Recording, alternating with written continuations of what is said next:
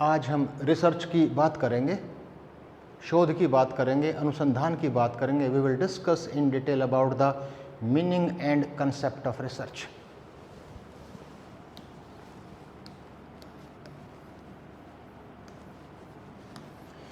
Research Hindi में हम कहते हैं अनुसंधान।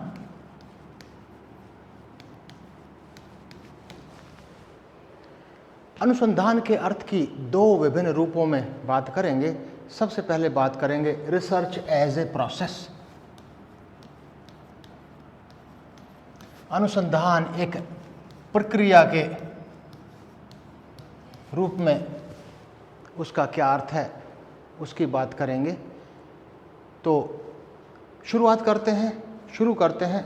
तो रिसर्च एक ऐसी यात्रा है, research is a journey that starts from a problem, जिसका आरंभ होता है प्रॉब्लम से, and this journey ends at solution.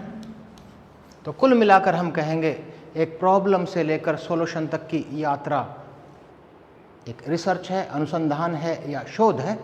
लेकिन इस प्रॉब्लम से लेकर सॉल्यूशन तक जिसकी हम बात कर रहे हैं, अनुसंधान एक प्रक्रिया के रूप में, प्रॉब्लम से सॉल्यूशन तक, समस्या से समाधान तक हम विभिन्न गतिविधियां आयोजित करते हैं।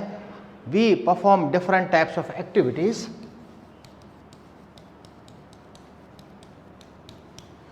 और हम सब जानते हैं कि where we do more than one activity, जहां पर हम एक से अधिक गतिविधियां आयोजित करते हैं, उसको हम नाम देते हैं प्रोसेस का, प्रक्रिया का। तो कुल मिलाकर अभी तक की चर्चा में स्पष्ट हुआ कि research is a process whereas activities are carried out to find out the solution of any problem. अभी तक की चर्चा से स्पष्ट हुआ कि अनुसंधान वो प्रक्रिया है जिसमें विभिन्न गतिविधियां आयोजित की जाती हैं किसी भी समस्या का समाधान निकालने के लिए। बट वन कंडीशन अप्लाइज कि we have to perform all activities systematically.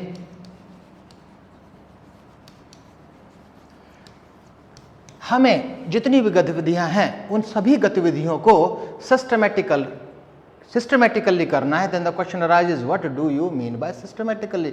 अब प्रश्न उठा कि सिस्टमेटिक शब्द का अर्थ क्या है। The word systematic has two inbuilt characteristics. जब तक इन दो अनिवार्यताओं की पूर्ति नहीं होगी वह गतिविधि सिस्टमेटिकली नहीं कही जा सकती।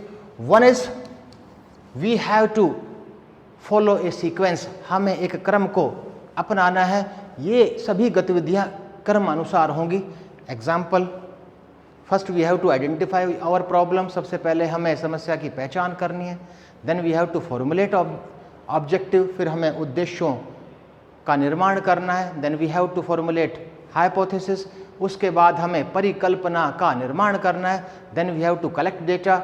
उसके बाद हमें आंकड़ों का एकत्रीकरण करना है। और आंकड़ों के एकत्रीकरण के बाद we have to analyse data to draw inferences. और हमें आंकड़ों का विश्लेषण करके निष्कर्ष निकालने होते हैं। तो we do all activities in a particular sequence. हमें एक विशेष क्रम में सभी गतिविधियों को आयोजित करना होगा। तो सबसे पहले तो इनबिल्ट कैरेक्टरिस्टिक है, जो एक विशेषता जो सिस्टमेटिकली शब्द में छुपी है, वो है sequence. Another inbuilt characteristic of this systematically is well defined. That should be well defined. Well defined means every individual should lead to the same type of conclusions. ऐसा ना हो कि उसका मैं कुछ अर्थ समझ रहा हूं, दूसरा कोई अर्थ समझ रहा है, तीसरा कोई अर्थ समझ रहा है। उसका अर्थ हुआ that activity will be considered as ill defined. तो कुल मिलाकर अभी तक हमने जो चर्चा की, प्रक्रिया के रूप में अनुसंधान का अर्थ, प्रक्रिया के रूप में शोध का अर्थ, प्रक्रिया के रूप में रिसर्च के मीनिंग की हमने बात की। तो इस परिभाषा को एक बार दोहराते हैं कि रिसर्च इज ए प्रोसेस। अनुसंधान वो प्रक्रिया है whereas activities are carried out, जहां पर विभिन्न गतिविधियां आयोजित की जाती हैं सिस्टमेटिकली, क्रमानुसार, to find out the solution of any problem, किसी भी समस्या का समाधान निकालने के लिए। Again I repeat, research is a process whereas activities are carried out systematically to find out the solution of any problem. अनुसंधान वो प्रक्रिया है जिसमें विभिन्न गतिविधियां आयोजित की जाती हैं क्रमानुसार किसी भी समस्या का समाधान निकालने के लिए। तो अभी तक की चर्चा में अनुसंधान के अर्थ की बात की है, लेकिन उस अनुसंधान के अर्थ का आधार है प्रक्रिया के रूप में अनुसंधान का अर्थ। अब एक और बात करेंगे, इसके शाब्दिक अर्थ की बात भी करेंगे, इसके डिराइव्ड मीनिंग की बात भी करेंगे। तो एक दूसरे अर्थ की ओर बात करते हैं कि रिसर्च का एक शाब्दिक अर्थ क्या है। अगर हम रिसर्च शब्द को विभिन्न उपशब्दों में विभाजित करके इसके अर्थ को जानना चाहें तो this consist of two words, re and search. ये दो शब्दों से मिलकर बना है, री एंड सर्च। और इन दोनों शब्दों का अर्थ हम जानते हैं। Re means again, search means to find out. तो शाब्दिक अर्थ तो स्पष्ट है इन दोनों शब्दों के आधार पर, री और सर्च के आधार पर, कि research means to find out again and again is known as research. Ladies and gentleman, एक प्रक्रिया के रूप में हमने अनुसंधान के अर्थ को जाना था, जिसमें बात हुई थी this starts from a problem and ends at solution, कि यह समस्या से शुरू होकर समाधान तक की यात्रा है। यदि हम शाब्दिक अर्थ के आधार पर बात करें, यदि हम कहें to find out again and again is known as research, यदि हम कहें कि पुनरावृत्ति की प्रक्रिया ही अनुसंधान है, तो उस आधार पर तो एक निष्कर्ष निकला कि solution of any problem again becomes a problem. If to find out again and again is known as research, इसका अर्थ हुआ कि solution of any problem again becomes a problem. जब एक बार हमने ट्रुथ एस्टेब्लिश कर दिया, जब हमने एक प्रॉब्लम का सॉल्यूशन स्थापित कर दिया, तो what is the need to find out again and again. अब प्रश्न उठा कि बार बार पुनरावृत्ति की आवश्यकता क्यों। उसके लिए छोटे से एग्जाम्पल के साथ शुरू करते हैं। छोटी सी समस्या है, एक छोटा बच्चा है, विद्यालय में गया, विद्यालय में अध्यापक ने उसको सिखाया हाउ टू ऐड एडिशन, जमा करना, जोड़ना, और 2-4 दिन बाद उस विद्यार्थी का, उस छोटे बच्चे का टेस्ट लिया गया, उसकी परीक्षा ली गई, और विद्यार्थी ने एक प्रॉब्लम मीन्स ए क्वेश्चन, एक प्रश्न दिया उसका कि 10 + 10, एक छोटा सा क्वेश्चन दिया गया, एट सॉल्यूशन इज, इसका आंसर है 20। क्या हम सब में से कोई ऐसा व्यक्ति विशेष है जो इस प्रॉब्लम का, इस समस्या का, इस क्वेश्चन का जो कि समाधान है, जो कि उत्तर है 20, इससे अच्छा उत्तर दिया जा सकता है क्या? प्रत्येक व्यक्ति विशेष यही उत्तर देगा, यही समाधान निकालेगा। इसके अतिरिक्त हमारे पास कोई दूसरा समाधान है ही नहीं। तो इस छोटी सी काल्पनिक उदाहरण में, इस छोटी सी समस्या का समाधान एक ही है, तो why in the field of research there is a need to find out again and again? Answer is these types of answers, इस प्रकार के उत्तर, इस प्रकार के समाधान जो कि 10 + 10 = 20, इस प्रकार के समाधान कहलाते हैं, these are known as standard answers, एक स्तरीय समाधान। But in the field of research there is no standard answer. अनुसंधान के क्षेत्र में, शोध के क्षेत्र में कोई स्तरीय उत्तर है ही नहीं।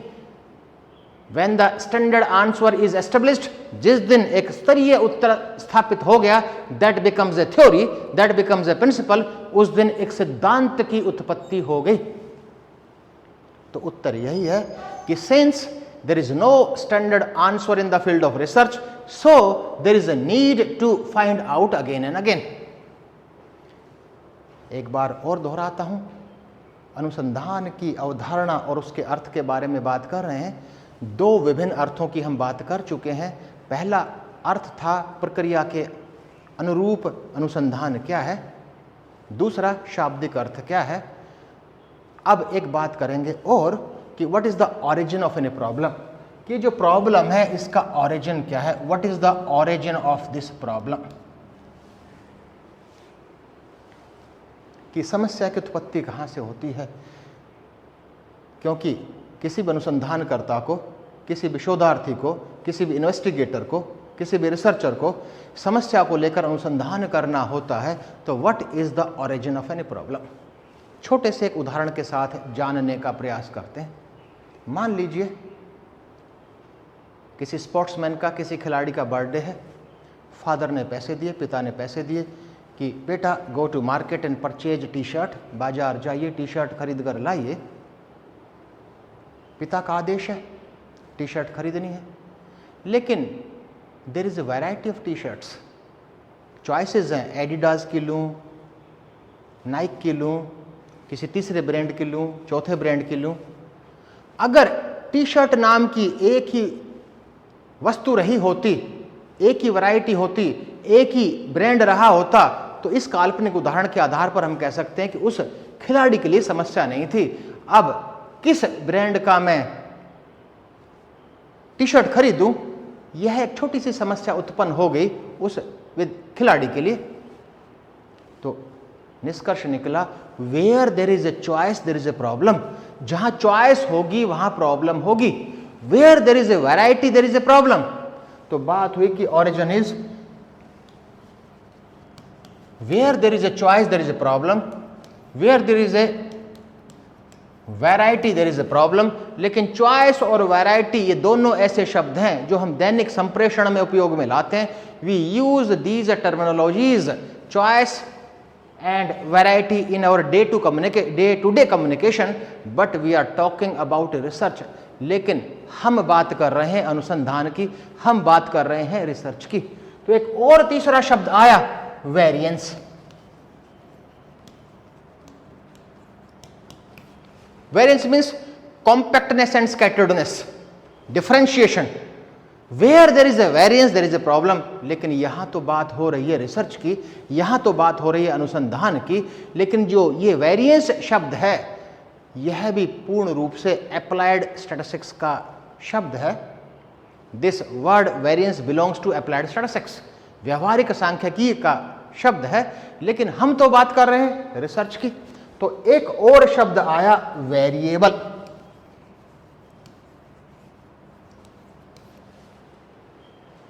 हिंदी में हम कहते हैं चर। तो origin of any problem is variable. केवल शारीरिक शिक्षा के क्षेत्र में नहीं, किसी भी क्षेत्र में, चाहे हम बायोमेडिकल रिसर्चेस की बात करें, चाहे इंजीनियरिंग रिसर्चेस की बात करें, चाहे हम इकोनॉमिक रिसर्च की बात करें, सोशल साइंस रिसर्च की बात करें, ह्यूमैनिटीज रिसर्च की बात करें, बिजनेस स्टडीज की बात करें, मैनेजमेंट रिसर्चेस की बात करें, हर क्षेत्र में origin of any problem is variable. तो अब वेरिएबल को जानने का प्रयास करते हैं, चर को जानने का प्रयास करते हैं। What do you mean by variable? Variable is a characteristic that has the tendency to change with respect to time, place, individual. चर वो विशेषता है जो समय अनुसार बदलती हो, जो स्थान अनुसार बदलती हो और जो व्यक्ति अनुसार बदलती हो, वही एक चर है। एग्जाम्पल लेते हैं, blood pressure. Blood pressure is a variable. Blood pressure has the tendency, blood pressure की विशेषता है जो स्थान अनुसार बदलेगी। यहां पर मैं हूं, I am delivering A lecture, मेरा ब्लड प्रेशर का स्तर अलग है, अगर मैं घर जाऊंगा अलग होगा, जो स्थान अनुसार परिवर्तनशील है। That has the tendency to change with respect to place, that has the tendency to change with respect to time. सुबह अलग है, दोपहर में अलग है, शाम को अलग है। Individual, that has the tendency to change with respect to individual. मेरा अलग है, आपका अलग है, तीसरे का अलग है, चौथे का अलग है, पांचवें का अलग है। तो variable is a characteristic that has the tendency to change with respect to time, place, individual. चर वो विशेषता है जो समय अनुसार बदलती हो, स्थान अनुसार बदलती हो और व्यक्ति अनुसार बदलती हो। If we want to conduct quantitative researches, यदि कोई अनुसंधान करता मात्रात्मक अनुसंधान आयोजित करना चाहता है, तो we have to conduct our study by taking variables. We have to formulate our title on the basis of variables by taking different variables.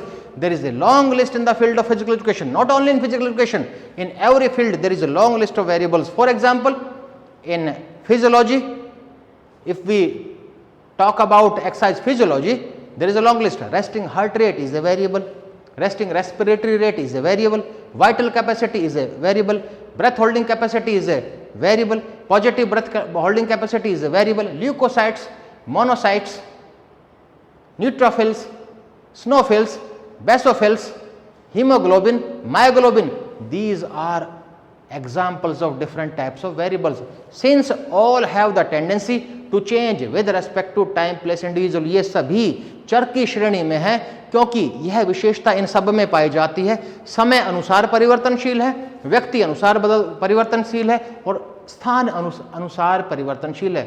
Biomechanical variables भी, साइकोलॉजिकल वेरिएबल्स है, मनोवैज्ञानिक चर, anxiety, stress, depression, state anxiety, trait anxiety, these are the examples of psychological variables. Sociological variables भी हैं. Every field, every stream has different types of variables. एक बार और मैं दोहराता हूँ पूरी कहानी को, पूरी स्टोरी को. I will repeat the whole story that we have discussed. We have discussed about the meaning and concept of research. हमने बात की अनुसंधान के अर्थ की और अनुसंधान की अवधारणा की. शुरू किया था हमने दो विभिन्न प्रकार के अर्थों की बात की है. पहला अर्थ प्रक्रिया के आधार पर, हिंदी इंग्लिश दोनों भाषाओं में बात करते हैं कि research is a process whereas activities are carried out systematically to find out the solution of any problem. अनुसंधान वो प्रक्रिया है जिसमें विभिन्न गतिविधियां आयोजित की जाती हैं किसी भी समस्या का समाधान निकालने के लिए. दूसरी बात हमने की अनुसंधान का शाब्दिक अर्थ. This consists of two words. The word research consists of two words, re and search. Re means again, search means to find out. It means to find out again and again is known as research. पुनरावृत्ति की प्रक्रिया ही अनुसंधान है, शोध है. Then the question arises, what is the need to find out again and again? इसकी भी चर्चा की. Since there is no standard answer in the field of research, there is a need to find out again and again. क्योंकि अनुसंधान, शोध, research के क्षेत्र में कोई स्तरीय उत्तर नहीं है जब तक कि सिद्धांत की उत्पत्ति नहीं होती है. Then there is a need to find out again and again. और चौथे भाग में हमने बात की थी कि what is the origin of any problem. चर्चा हुई थी where there is a choice there is a problem, where there is a variety there is a problem, where there is a variance there is a problem. तीनों शब्द research के नहीं है, लेकिन main जिस शब्द पर हम आए थे, we have discussed about variable. The origin of any problem is variable. चर से उत्पत्ति होती है किसी भी समस्या की. और अंतिम भाग में, पांचवें भाग में अभी हमने चर्चा की कि what do you mean by variable, कि चर का अर्थ क्या है.